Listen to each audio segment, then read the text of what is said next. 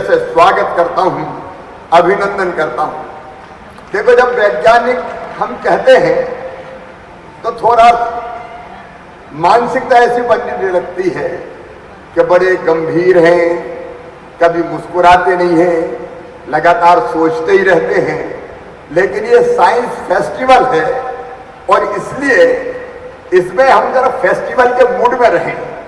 बहुत गंभीर रहने की मुझे लगता है जरूरत नहीं है। इसलिए एक बार मेरे साथ बोलिए, भारत माता की।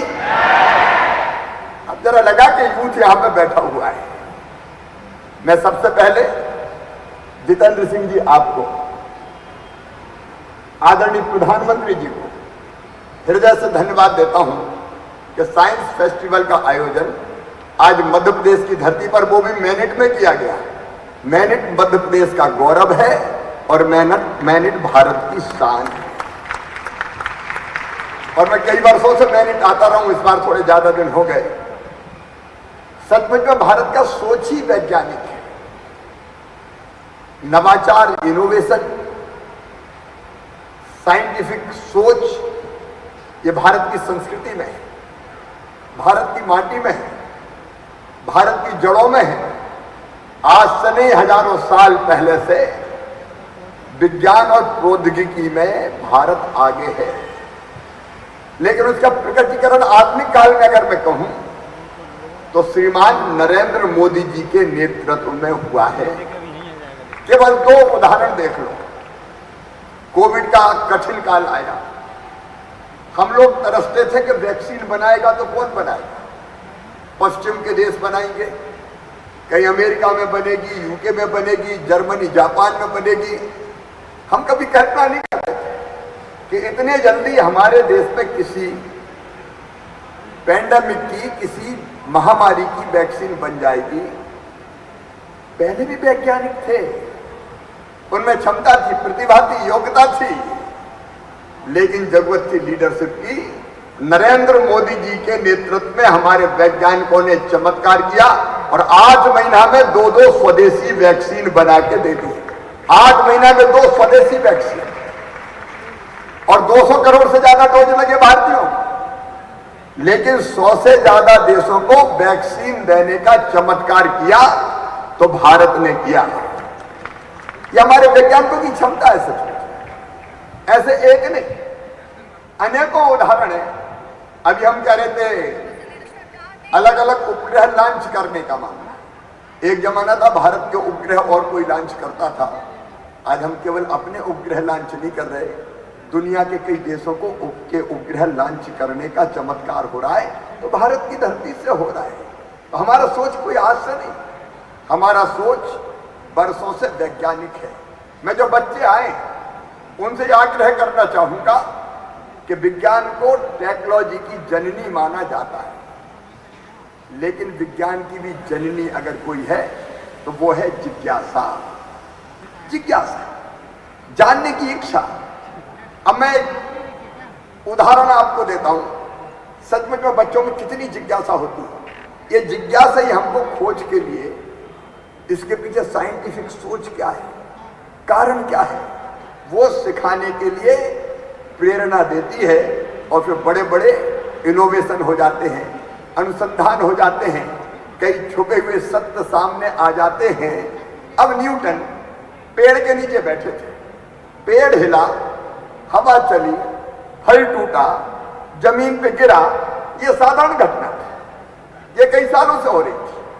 अगर और कोई सामान्य सोच वाला होता तो ये सोचता कि हवा चलती, पेड़ हिलता है, फल टूटता है, कहां गिरता है? जमीन पे ही तो गिरता है।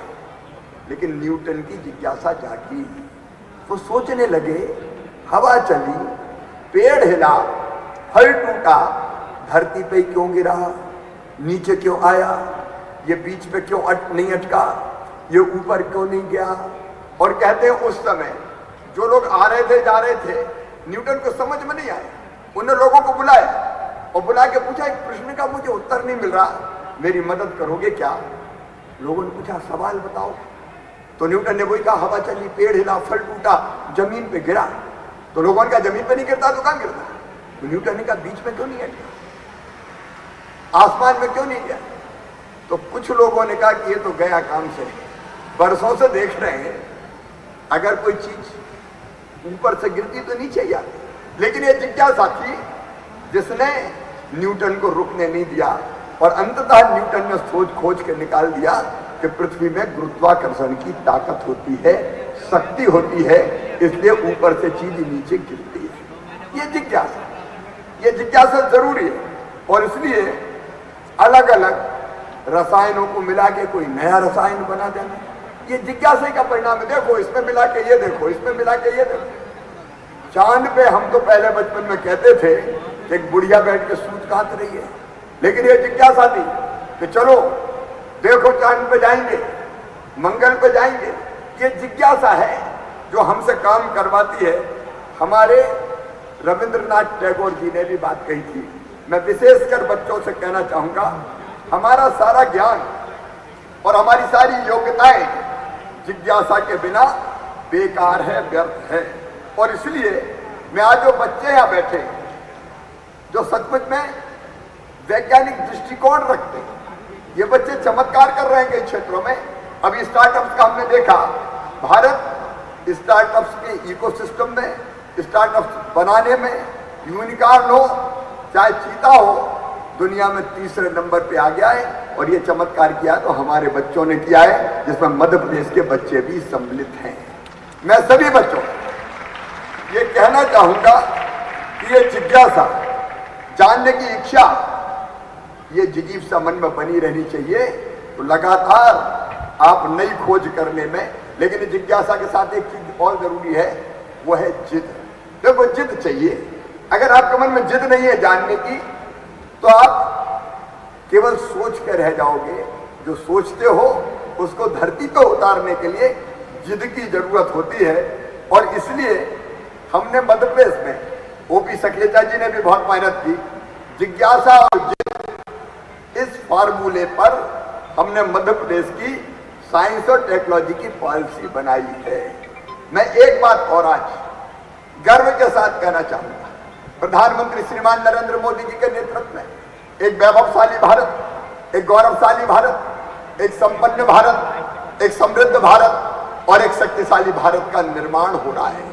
और उस भारत के निर्माण में साइंस और टेक्नोलॉजी का, इनोवेशन का एक बहुत महत्वपूर्ण रोल है। और प्रधानमंत्री का सोच पूरी तरह से साइंटिफिक है।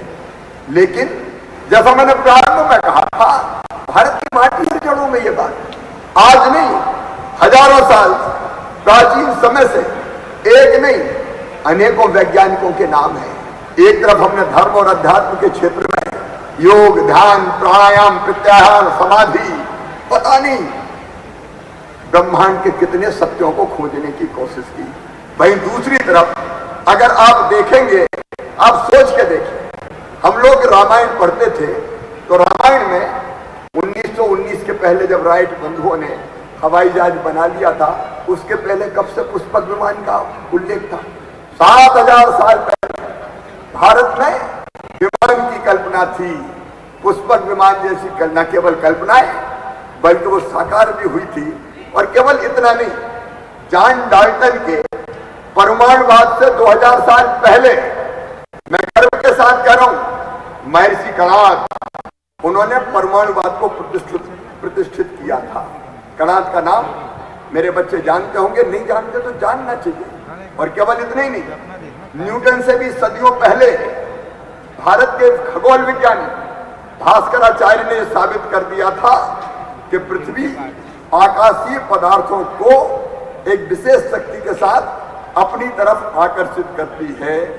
केवल इतने ही नहीं, अथर्ववेद में पहली बार लक्षणों के आधार पर ज्वर, खांसी, डायरिया और कुष्ठ जैसी बीमारियों को पहचान और उसकी चिकित्सा में कौन सी औषधि प्रयुक्त होगी, उसका वर्णन मिलता है। ईसा से 600 साल पहले तक्षशिला और हमारा वाराणसी औषध विज्ञान के बड़े केंद्र बनकर उभरे थे। और दो प्रमुख ग्रंथ जिनका आज मैं गर्व के साथ उल्लेख करना चाहूंगा, चरक की चरक संहिता और सुश्रुत की सुश्रुत संहिता। मित्रों, मैं विशेषकर बच्चों को बताना चाहता हूं, ये आधुनिक मेडिसिन और सर्जरी विज्ञान के आधार बने, ये मेरा दावा है। और एक बात अगर नहीं पता हो तो मैं आपको बताना चाहता हूं, विशेषकर बच्चों को बताना चाहता हूं कि आधुनिक विज्ञान में तो सर्जरी का सिलसिला कुछ सदियों पहले प्रारंभ हुआ, पर वैदिक युग में सुश्रुत जैसे सफल शल्य चिकित्सक थे, सर्जन थे। हड्डियों को जोड़ने, मोतियाबिंद का ऑपरेशन, यहां तक कि प्लास्टिक सर्जरी की विधि का भी सुश्रुत संहिता में वर्णन है। और यह हम नहीं कहते, जमाना कहता है। मेलबोर्न के royal Australian college of surgery में आज भी सुश्रुत, महर्षि सुश्रुत की प्रतिमा लगी हुई है ऑस्ट्रेलिया में। और इसलिए ये कोई ये ना सोचे कि विज्ञान हमने कोई पश्चिम से लिया है। पश्चिम तो बहुत बाद में प्रकाश में आया है। गैलीलियो और कोपरनिकस से बहुत पहले, 500 बरस पहले आर्यभट्ट ने और उनके बाद बारहमीरी ने सूर्य, चंद्रमा और पृथ्वी की गति की गणना के आधार पर नवग्रह तथा नक्षत्रों की सही स्थिति ज्ञात करने की खगोलीय विधि का वर्णन कर दिया था। ये नवग्रह कोई हमारे लिए नए है क्या? ब्रह्मा, मुरारी, त्रिपुरांतकारी, भानु, शशि, भूमि, सुदो, बुधश्च, गुरुश्च, शुक्रा, शनि, राहु, केतवा, सर्वे ग्रह शांति करा भवन्तु। कब से हम नवग्रहों के बारे में हमारे ऋषि जानते हैं, हमारे महर्षि जानते हैं। और इसलिए मैं कहता हूं, आज दावे के साथ कहता हूं, भारत का दृष्टिकोण वैज्ञानिक है, भारत का सोच वैज्ञानिक है।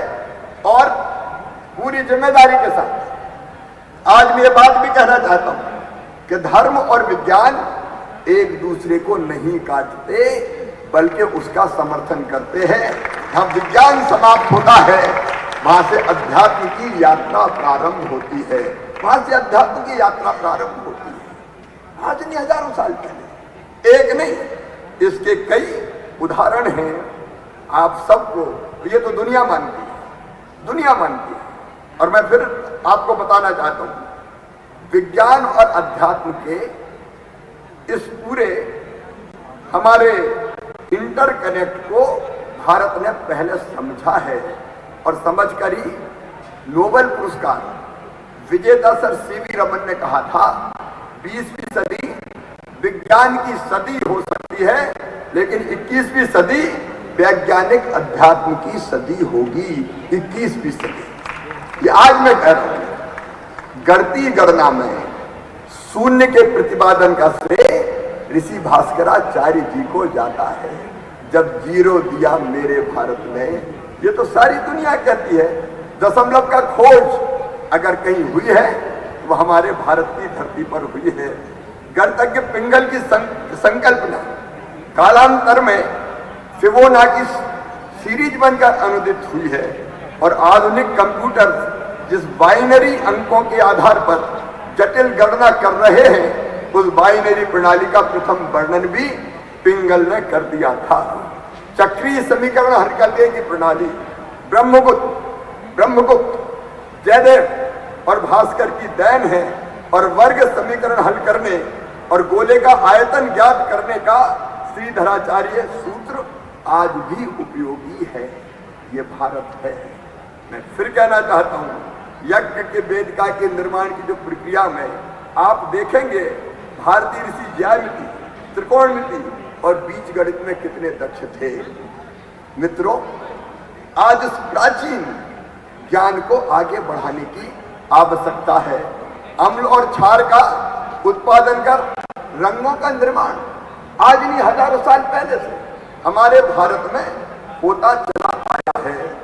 महान वैज्ञानिक आइंस्टीन ने कहा, मैं कोट करना चाहूंगा, उन्होंने कहा कि हम प्राचीन भारतीयों के बहुत एहसानमंद हैं जिन्होंने हमें गिनना सिखाया, जिसके बिना अधिकांश आधुनिक वैज्ञानिक खोजें असंभव होती। ये कहने वाले आइंस्टाइन है। मित्रों, इसलिए मैं कह रहा हूं कि हमारे गणित विज्ञान, खगोल विज्ञान, धातु विज्ञान, चिकित्सा विज्ञान, ऊर्जा और पृथ्वी पर जीवन संबंधी खोज के अनेकों उदाहरण हैं जो बताते हैं कि हमारा सनातन विज्ञान कितना विकसित था। अब इस वैज्ञानिक ज्ञान को आप देखेंगे भारतीय ऋषि ज्यामिति, त्रिकोणमिति और बीजगणित में कितने दक्ष थे। मित्रों, आज इस प्राचीन ज्ञान को आगे बढ़ाने की आवश्यकता है। अम्ल और क्षार का उत्पादन कर रंगों का निर्माण आज नहीं, हजारों साल पहले से हमारे भारत में होता चला आया है। महान वैज्ञानिक आइंस्टीन ने कहा, मैं कोट करना चाहूंगा, उन्होंने कहा कि हम प्राचीन भारतीयों के बहुत एहसानमंद हैं जिन्होंने हमें गिनना सिखाया, जिसके बिना अधिकांश आधुनिक वैज्ञानिक खोजें असंभव होती। ये कहने वाले आइंस्टाइन है। मित्रों, इसलिए मैं कह रहा हूं कि हमारे गणित विज्ञान, खगोल विज्ञान, धातु विज्ञान, चिकित्सा विज्ञान, ऊर्जा और पृथ्वी पर जीवन संबंधी खोज के अनेकों उदाहरण हैं जो बताते हैं कि हमारा सनातन वैदिक ज्ञान कितना विकसित था।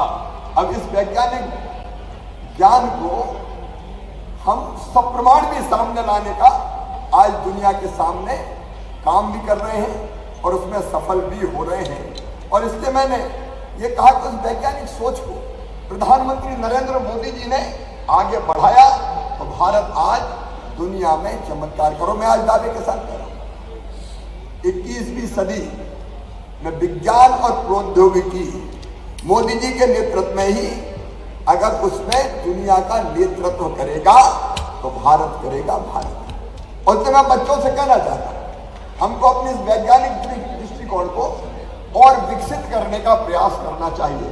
और इससे मध्य प्रदेश में हमने विज्ञान प्रौद्योगिकी और नवाचार नीति बनाई, हमारी साइंस टेक्नोलॉजी की नीति हमने बनाई। और उस नीति में 3 प्रमुख बातें हैं जो मैं आपके सामने रखना चाहूंगा। नंबर 1, विज्ञान, मतलब वैज्ञानिक सोच और समझ को दैनिक जीवन का अंग बनाना। यह हर एक की दैनिक जीवन का अंग कैसा बन सकता है? वैज्ञानिक सोच और समझ। नंबर 2, टेक्नोलॉजी, सरकार और समाज में आधुनिक तकनीकी का अधिक से अधिक इस्तेमाल और उपयोग करना। और नंबर 3, इनोवेशन, नवाचार, नया सोचने, नई सीखने और नई पहल करने वाली पीढ़ी का निर्माण करना। यह जरूरी है और इसलिए समाज में वैज्ञानिक सोच का प्रसार करना, साइंस, टेक्नोलॉजी और इनोवेशन को का इकोसिस्टम विकसित करना, विज्ञान और तकनीक पर आधारित उद्यमता को बढ़ावा देना, भारत की पारंपरिक ज्ञान प्रणालियों का संरक्षण और संवर्धन, उसके लिए अनेकों काम कर रहे हैं। आज मैं उसका वर्णन अभी नहीं करना चाहता। तकनीकी का अधिक से अधिक उपयोग विकास में भी, जन कल्याण में भी और गुड गवर्नेंस में भी, ये हमारा उद्देश्य है। और ये स्टेम की बात कही जाती है, साइंस, टेक्नोलॉजी, इंजीनियरिंग, मैथमेटिक्स, लेकिन मध्य प्रदेश उससे आगे बढ़ के स्टीम की पद्धति की बात करता है। साइंस, टेक्नोलॉजी, इंजीनियरिंग के साथ आर्ट और मैथमेटिक्स। हमने जो सीएम राय स्कूल खोले हैं उसमें हम स्टीम लैब्स भी बनाने का काम कर रहे हैं। नई स्टार्टअप नीति हमने बनाई है। मैं विशेषकर अपने बच्चों से कहना चाहूंगा, सोचते रहो। इनोवेटिव आइडिया अगर तुम्हारे पास है तो मैं तुम्हें वचन देता हूं, निराश नहीं होने दूंगा। मैं स्टार्टअप्स के बारे में मध्य प्रदेश के बच्चों को कहना चाहता हूं।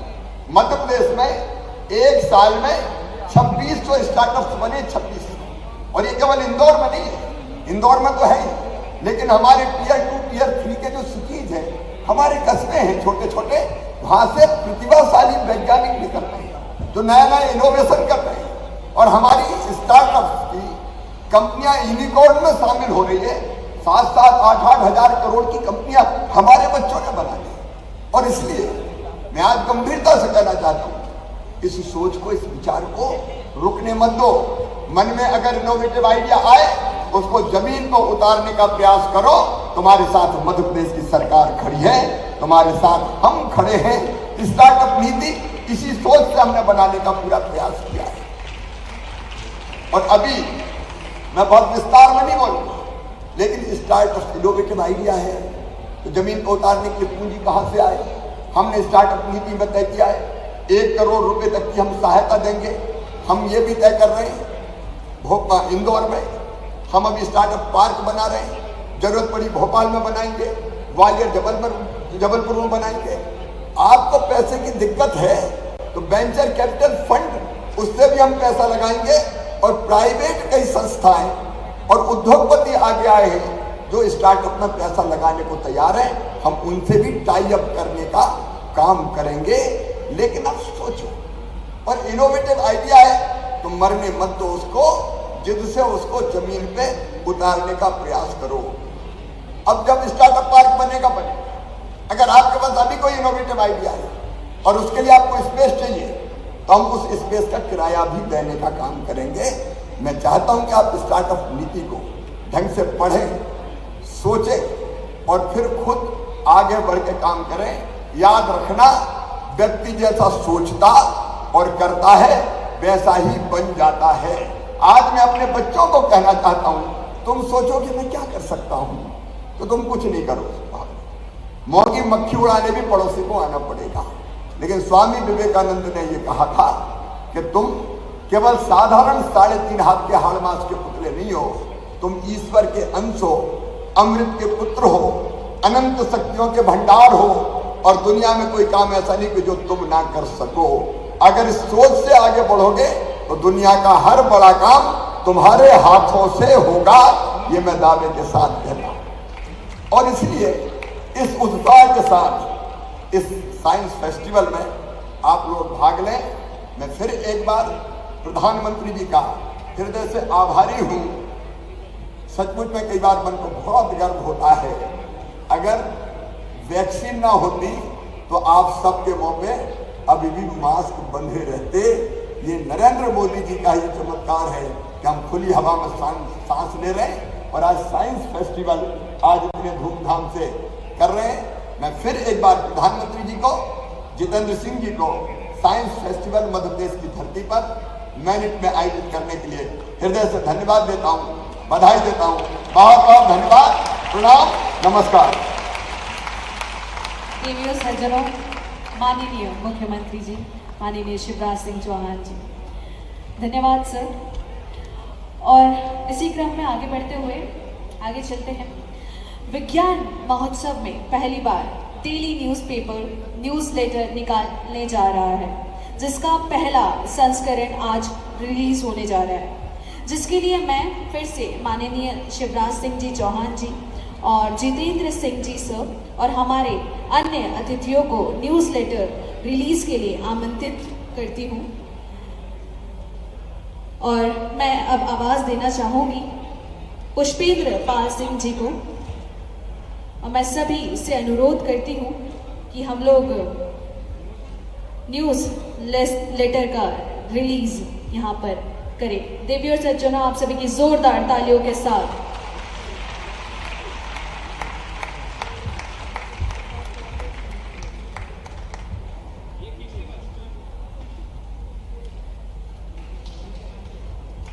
तालियों की आवाज। धन्यवाद।